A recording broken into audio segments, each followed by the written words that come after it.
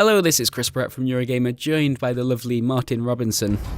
Hi. Hello. Hi, sorry, that's my cue to say hello, wasn't it? Hello. Usually when you say the name, yeah, that's a good time to jump in. And we're going to be talking about Homefront: The Revolution, specifically the multiplayer side of that game, which you've been playing, and we have some video of right here that says very boldly at the top, beta assets, not final content. So yeah, this is going ahead. So basically, there's a closed beta going live tomorrow, I think, and then there will at some point before the release in May be an open beta. As far as I can tell, is it a co-op version of the main campaign, right? Yeah, basically, Dan Buster Studio, the artist formerly known as Crytek UK, formerly known as Free Radical Design, Wonderful. decided to not do competitive multiplayer because a fairly logical conclusion they came to was that there's way too many competitive multiplayer games out there. There's no point trying to compete in that space. So they're going to try and do something a bit different, and something a bit different is basically 4-player co-op in kind of open worldish maps and with persistent leveling. And so it's quite RPG-ish. Right, okay. But with a kind of Homefront Revolution, as you might not even know actually, because I don't think it's at the front of people's minds really. It's kind of a very survival-ish based game. It's not really a sequel as such to the first Homefront, which you might remember wasn't a very good game. The multiplayer on that was actually okay. It was from that topic. I know. But yes. The multiplayer was really good because it came from Chaos, who were I think they're Battlefront models before they did before they became a real studio and then got shut down. So I think it is going to be. Some people will look at the fact that this is co-op. I think it's a bit of a shame because Chaos's multiplayer was really good in the first Homefront. I would argue it's now 2016. It is still really difficult to get ahead in competitive multiplayer in like a first-person shooter. Yeah. So anyway, sorry, I sidetracked you. The campaign isn't really a sequel. No, it's not a sequel. It's a reboot, and so it kind of takes a premise, which is that America's been invaded by North Korean forces, and it does something completely new with it. It's kind of open world-ish, although it's like small little open world levels. Basically, the lazy way of describing it, which is what I'm going to go for, is a bit Far Cry-ish, but with a bit more emphasis on survival. Like the odds are like firmly stacked against you. You're up against like really well tooled up enemies, and you basically go in with guns which are taped together and just scavenging stuff left, right, and centre, and just using kind of guerrilla tactics against this enemy. So you always feel kind of overwhelmed in combat, and always feel like you're kind of the little guy fighting against this huge big army. Would you say that that's what's separating Homefront Revolution in your mind, like that slight feel of survival? Yeah, I really like that part of it. I played the campaign last August, I think it was. And it felt different. I know it looks a bit boring if you just look at the aesthetic of it, but that survival part of it actually works really well. It makes it feel different to other games, and it's quite confidently done as well. It feels it's got its own kind of sense of identity, and it feels like it's its own thing, doing its treading its own kind of path. And yeah, I liked what I've played of the campaign. Okay, well, specifically talking about this co-op stuff, is it the case that people will jump into your campaign as you're playing, or is this something you set up? No, basically there's going to be 12 missions at the start. Okay. And you can almost think of it like a Destiny Strike or something. You just kind of group up with friends and then take on one of these missions, which takes about 10 to 20 minutes. Okay, so it's a separate thing, yeah, sure. Yeah, that was on normal. I'm sure if you go on slightly harder mode, it's going to be a bit more a bit tougher. You pick a class, you have certain perks, and you basically try and form a team who complement each other well, and then shoot loads of bad guys. Does it still manage to keep that feeling of it being a survival game and you being against the odds when there's 4 players? Surely it does. This is a bit of that. I think it has. It obviously kind of scales up depending how many people are in your fire team. Sure. And also, it was really hard when we first played it. Although we played it at the start of a leveling curve, basically. So when you haven't unlocked any of the perks, really, you're fighting with a basic gun. Okay. And then I think we had progression slightly ramped up, so we got to see what it's like when you're still a bit more tooled up. It's still tough, and it's still like the combat still feels like a bit of a slog. But I mean that in a good way. And so it still has that kind of element of being against the odds. They haven't moved, so I'm hoping they aren't expecting you. Be careful out there, Wraiths. This unit is amongst the best in the KPA military and will not go down easily. It looks really pie-faced and everything, but there's like a really weird strand of like weird British humour in it, as you might expect from Free Radical, who did Time Splitters. And so you're fighting against North Koreans. Okay. And then for some reason, people in the game have decided to abbreviate that as NORKS. Right? Is that something that ever happens? I don't think so. Part of me thinks it's a bit weird because like that's a new racial slur. We probably don't need any more of those in the world. Quite possibly. The other part of me just thinks it's hilarious that basically you're fighting against breasts. Like I'm not like you're like maybe I'm not sure if it's just an age thing, but you know what NORKS means, right? You know what NORKS, yeah. There's a couple of NORKS over there. Yeah, seriously, it's like NORKS. There's NORKS in the alleyway. NORKS on the roof. Watch out! Like NORKS are down. Like that's the last I see of a NORKS today. It's like, oh my god. And I thought it was really weird. I didn't know if it was kind of intentional or not. And I spoke to a developer who was guiding us through the level. And was like, do you realise what NORKS means? And he was like, yeah, we know what that means. Yeah, we do. Okay, Ray, Wow. listen up. I love that. I love that we've talked about this game being a little bit more serious, a little bit more survival focused, and then in the background of that, there's just the word NORKS. Yeah, over and over and again. it's I kind of hope there's more of that kind of sense of character in there, because otherwise it can be quite a po-faced game.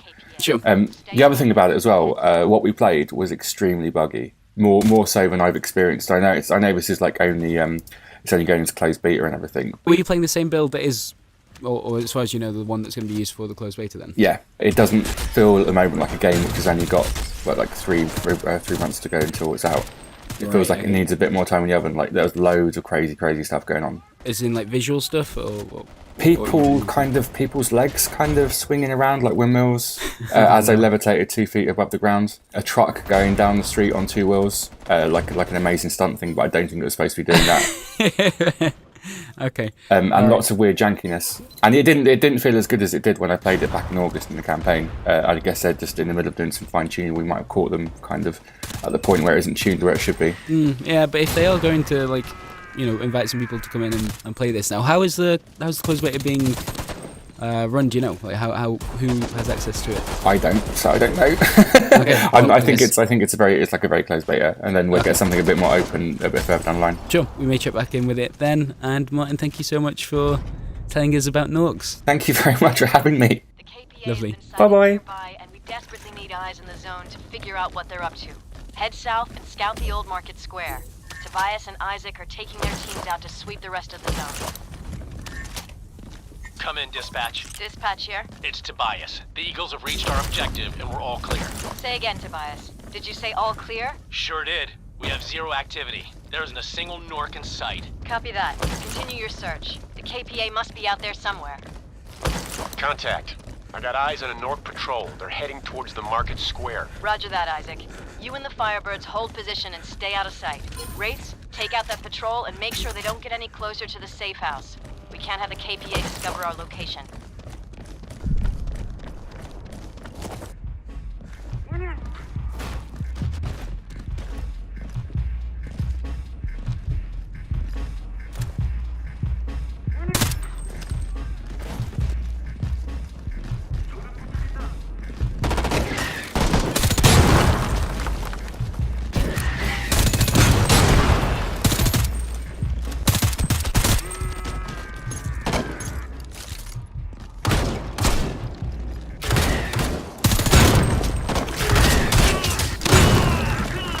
Here, we got trouble. What's going on, Isaac?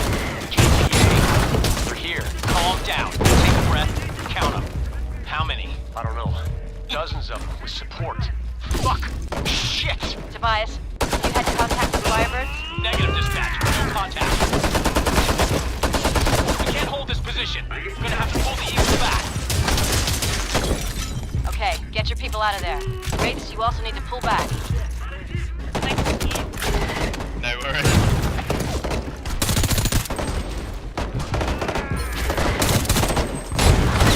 Let's get out of here. Wraiths, what's the delay? You have no support out there. Get your asses back now. Okay, Wraiths. This is a full-blown KPA assault and we're right in the middle of it. We need you to hold your position while we prepare our evacuation of the safe house. We cannot let them through.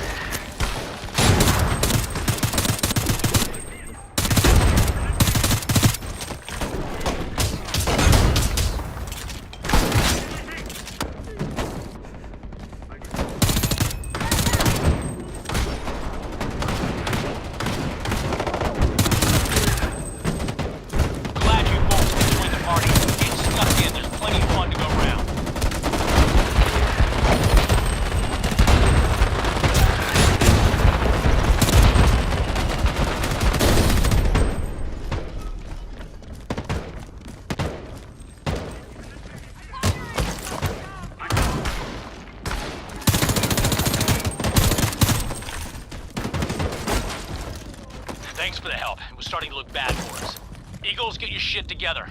I doubt that's the last we've seen of the NORKS today. Heads up. There's more KPA moving in on your position. The evacuation is almost complete. Just buy us more time. I hate being right all the time. Okay, people, look alive. We have more incoming.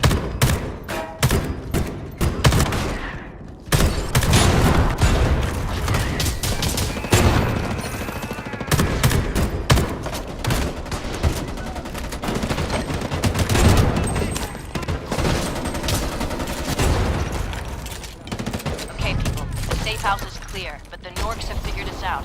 We need you all back here to establish a perimeter around the safe house.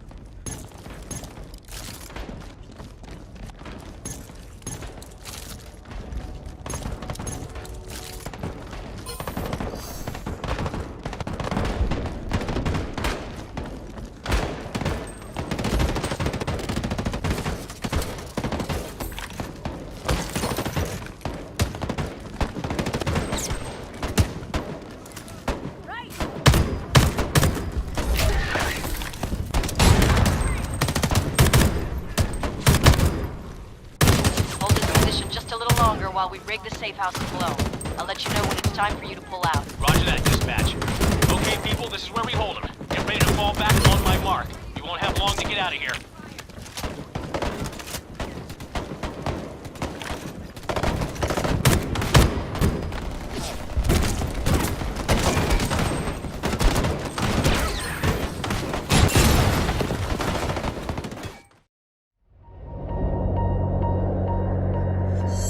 I recently replayed the original Homefront. You know, this one, released by THQ back in 2011. And while I have fond memories of it, I was surprised by how badly it had aged. From what I remembered, it had an enjoyable, if rather short campaign, but a rosy tint made me forget about the clunky controls and the incredibly linear gameplay. It's only been 4 years since its release, but it felt old. Nowadays, it's a growing trend among shooters to allow a lot more freedom to the player, and Homefront the Revolution, Homefront's semi-sequel, embraces this approach by offering open-world gameplay that will feel very familiar to anyone who has played the most recent Far Cry games.